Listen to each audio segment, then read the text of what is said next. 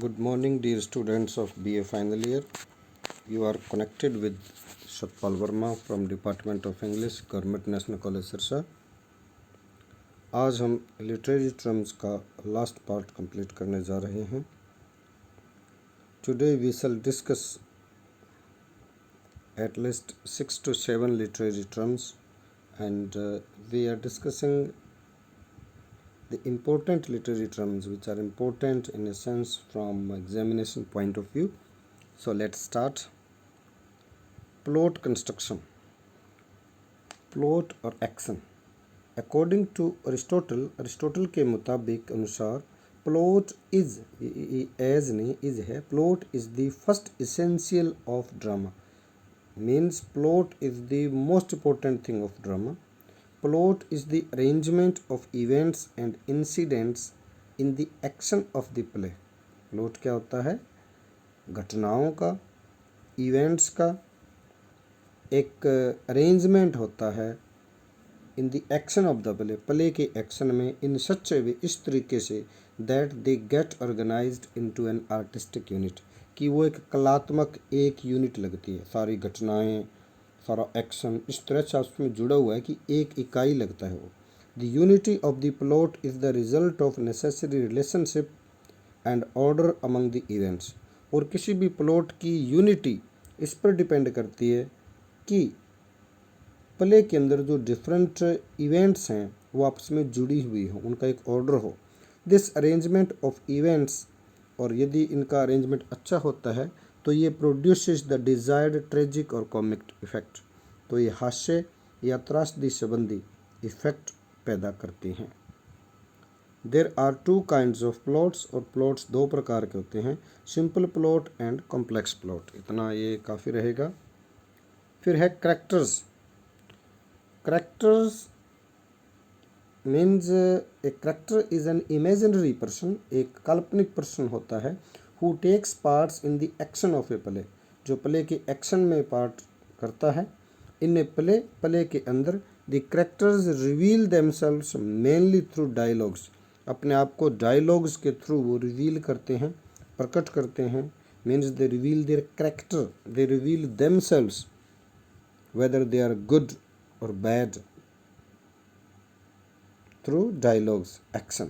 However, dramatists often use the chorus as a narrative voice in the play. एक play में narrative voice होती है, एक आवाज़ आती है, वो कोरस के रूप में होती है। कोरस बोलते हैं एक ग्रुप ऑफ सिंगर्स कह लो, ग्रुप होता है जो बताता है कि ये करेक्टर ऐसा है, ये करेक्टर ऐसा है, इसने या इसने पहले की जो बात जब प्ले शुरू होता है तो उससे पहले जो घटनाएं घटित होती हैं उसको बताने के लिए उसको कोरस बोलते हैं।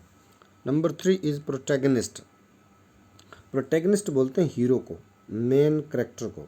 द मेन करेक्टर और द जिसका लीडिंग रोल हो ऑफ ए ड्रामेटिक टेक्स्ट, एक ड्रामेटिक जो टेक्स्ट होती है, ड्रामा संबंधी, ड्रामा कह लो, इज़ कॉल्ड द प्रोटैगनिस्ट और द हीरो, उसको हीरो या प्रोटैगनिस्ट बोलते हैं।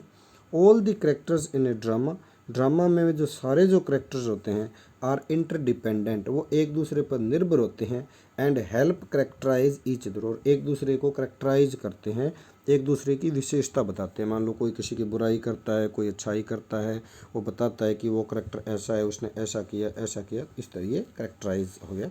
अकॉर्डिंग टू अरिस्टोटल के अनुसार good characters should possess the qualities of goodness, propriety, being true to life and consistency. सीधी सी बात है, अच्छे करेक्टर को अच्छा होना चाहिए, उसमें अच्छाई होनी चाहिए, ज़िंदगी के प्रति सत्य होना चाहिए, और कंसिस्टेंसी हो। कंसिस्टेंसी का मतलब ये है कि एक रूपता से हो, जिसमें हम एक प्रकार से प्रिडिक्ट भी कर सकें कि हाँ ये करेक्टर ऐसा है, हाँ ये ऐसा करेगा, मतलब कंसिस्टेंसी चलिए, अच्छा है तो अच्छा ही रहेगा और बुरा है तो बुरे जैसा, उसको कंसिस्टेंसी यहाँ बोला गया है। तो ये 3 आपकी लिटरेरी टर्म्स हैं। आगे और हैं, नेक्स्ट स्लाइड में चलते हैं। रिसेप्शन, ये आपके दीपक गाइड में बहुत ही छोटे दिए हुए थे, तो ये डिफरेंट सोर्स से लिए गए हैं। रिसेप्शनिस्ट आपने देखे होंगे, स्वीकार करना, किसी का स्वागत करना। रिसेप्शन और reception theory is another form of riddle response theory. Literary theory, reader response कैसे देते हैं लिटरेरी, जो लिटरेरी वर्क ऑफ आर्ट होता है उसके प्रति, उससे ये बना है reader response theory. It Lay's stress on the readers reception, ये जो थ्योरी है ये जोर देती है रीडर्स रिसेप्शन कि रीडर किसी भी चीज़ को स्वीकार कैसे करता है और इंटरप्रिटेशन या उसको व्याख्या कैसे करता है इन ग्रास्पिंग ए लिटरेरी वर्क, किसी भी लिटरेरी वर्क को समझने में, समझते हुए किस तरह की व्याख्या करता है, अपना क्या मीनिंग निकालता है, ये रिसेप्शन जो है या रीडर रिस्पॉन्स थ्योरी उस पर जोर देती है। Reception theory was started by Hans Robert Jauss in the late 1970s, 1970 के लास्ट, 1970 के दशक में, 70s कह सकते हो आप, ये स्टार्ट हुआ, मतलब 69 68 कह लो। The most impressive work was done in 1970s and early 80s in the America and Germany, और इससे संबंधित जो सबसे अच्छा इम्प्रेसिव जो काम था, प्रभावशाली जो काम था, that was done in America and Germany in 1970s and early 80s।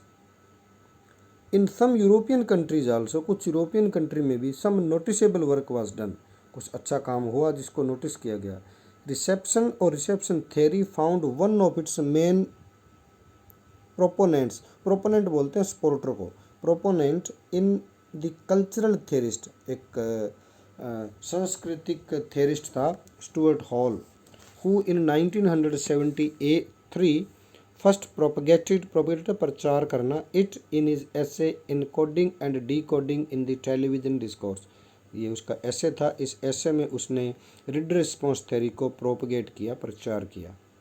According to this ऐसे, अब ये स्टुअर्ट हॉल के इस ऐसे के अनुसार, the meaning of A text is not inherent, inherent होता है निहित होना, समाया होना, is not inherent in the text itself, कि किसी भी टेक्स्ट को हमें समझना है ना तो उसका मीनिंग उस टेक्स्ट के अंदर नहीं मिलेगा, rather it is developed with in the relationship between the reader and the text, बल्कि रीडर और टेक्स्ट के बीच में क्या संबंध है उसमें डिवेल्प होता है जो मीनिंग होता है, कि कहने का मतलब कि कोई ऑडियंस रीडर किसी टेक्स्ट को किस तरह से लेता है, वो उसका मीनिंग उसी तरह निकालेगा, ठीक है ना।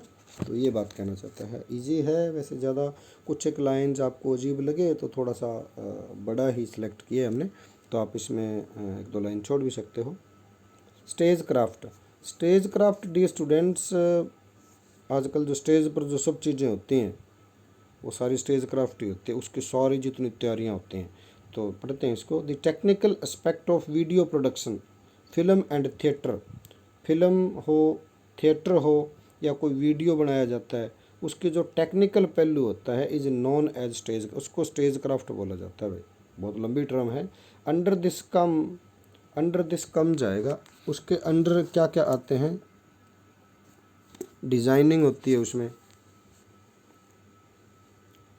एंड अरेंजिंग प्रॉप्स, जो सारा कॉस्ट्यूम्स वगैरह, इंस्ट्रूमेंट वगैरह, डिज़ाइनिंग इंस्ट्रूमेंट को अरेंज करना, लाइटिंग करना, ठीक है, and rigging and constructing scenery, फिर सारा सीन्स को कंस्ट्रक्ट करना, सीनरी को। Stage craft is basically the practical implement, वास्तव ये सेकंड लाइन आप छोड़ भी सकते हो कि अंडर दिस या it includes designing and arranging of props, lighting and constructing scenery, इस तरह कर लो, रिगिंग आपको अजीब लगता है तो। Stage craft is basically the practical implementation, stage craft क्या होता है कि जब हम किसी चीज़ को प्रैक्टिकल तौर पर इम्प्लीमेंट कर देते हैं, किसको, of the artistic vision of A scenic designer, scenery से संबंधित जो डिज़ाइनर होता है ना, उसके कलात्मक दृष्टि को, उसके कलात्मक पहलू को जब हम मूर्त रूप देते हैं, व्यवहारिक रूप देते हैं, उसको स्टेज क्राफ्ट बोलते हैं। Stage craft can be carried out by a single person, इसको एक बंदा भी कर सकता है, who makes arrangement for all, सारे कॉस्ट्यूम्स का, सीनरी का, साउंड का, लाइटिंग का प्रबंध करता है, एंड ऑर्गेनाइज द कास्ट्स का मतलब सारे एक्टर्स वगैरह को ऑर्गेनाइज करता है, एक बंदा भी कर सकता है। जनरली इन रीजनल थिएटर, जो क्षेत्रीय थिएटर्स हैं उनमें देयर इज ए टेक्निकल, एक डायरेक्टर होता है उसमें, एक कॉम्प्लीमेंट्री डिज़ाइनर होता है, दोनों मिलकर काम करते हैं। Each of them takes care of their respective designs, अपने अपने डिज़ाइंस का, अपने अपने एरिया का, काम का वो ध्यान रखते हैं। Bringing a show to opening, यदि किसी शो को हम ओपन में लेके आना है, स्टार्ट करना है, तो उसके लिए रिक्वायर स्किल्ड, उसमें कारपेंटर भी चाहिए जो स्टेज बनाएगा, अलग अलग चीज़ें, पेंटर भी चाहिए, इलेक्ट्रिशियन भी चाहिए, स्टेज हैंड भी चाहिए और स्टिचर भी चाहिए, सिलने वाला बंदा भी चाहिए। So modern stage craft consist of many, इसको आप छोड़ देना चाहिए, वहाँ तक काफ़ी है, ये इनफ रहेगा। आगे करते हैं म्यूजिक, ये आपका लास्ट रहेगा आज का। एवरी थिएट्रिकल प्रेजेंटेशन, कोई भी थिएटर संबंधी प्रेजेंटेशन डिलीवर्स म्यूजिक, उसमें म्यूजिक होता है, रिदम लय होता है, एंड मेलोडी, मेलोडी तो होती है माधुर्य, in its own distinctive manner, इसके खुद के खास अंदाज में होती है म्यूजिक जो, तभी तो हर एक प्रेजेंटेशन का म्यूजिक अलग होता है। Music caters to all sound, सभी तरह के साउंड्स की सभी तरह के साउंड्स प्रदान करता है या प्रभावित करता है, ये भी कह सकते हैं। एक्टर की वॉइस कैसी हो, उसमें म्यूजिक ज़रूरी है, सॉन्ग्स में ज़रूरी है। Instrumental music played in the play, एक प्ले में जो म्यूजिक चलाया जाता है, instrumental music played in a play कर लेना, ये बीच वाला छोड़ देना, अंडरस्कोर, कोई ऐसी बात नहीं। तो इन सब के लिए म्यूजिक ज़रूरी है। आपने देखा हो कोई सीरियस सीन हो तो म्यूजिक बजता है। म्यूजिक क्रिएट्स पैटर्न, पैटर्न बनाता है अलग अलग, and establish tempo in theatre, और थिएटर के अंदर टेम्पो, आप पता कभी साउंड ज़्यादा आ जाती है, कभी कम आती है, कोई सीरियस चीज़ आती है, तो वो म्यूजिक पैदा करता है, म्यूजिक के थ्रू क्रिएट होता है।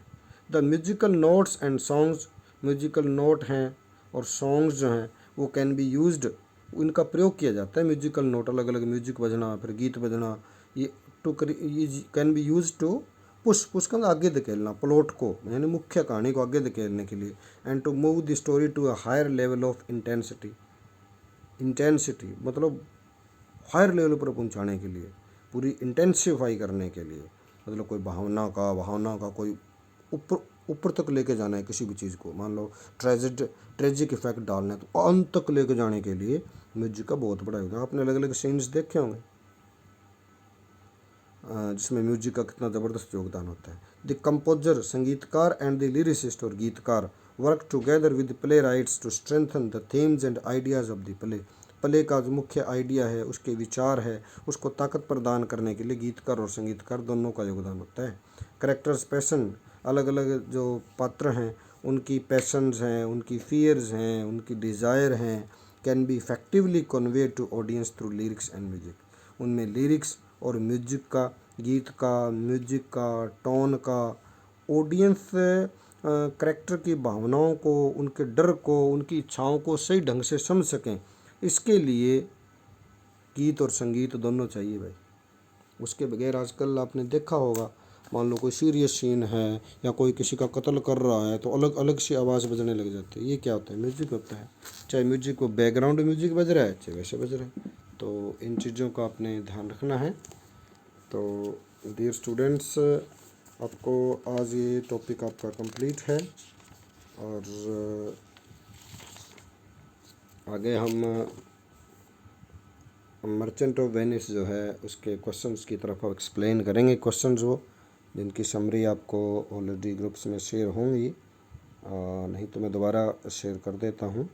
उन समरीज़ को फिर एक्सप्लेन करेंगे। कास्केट सीन है, ट्रायल सीन है, पोर्शिया का करैक्टर है, साइलॉक का करैक्टर है, ये 5-6 क्वेश्चन रहेंगे। तो उसके बाद फिर देखते हैं कैसा आगे आदेश आता है, उसके अकॉर्डिंग फिर आपको असाइनमेंट के लिए भी बोला जाएगा जैसे ही ऊपर से आदेश आएगा प्रिंसिपल साहब की तरफ से।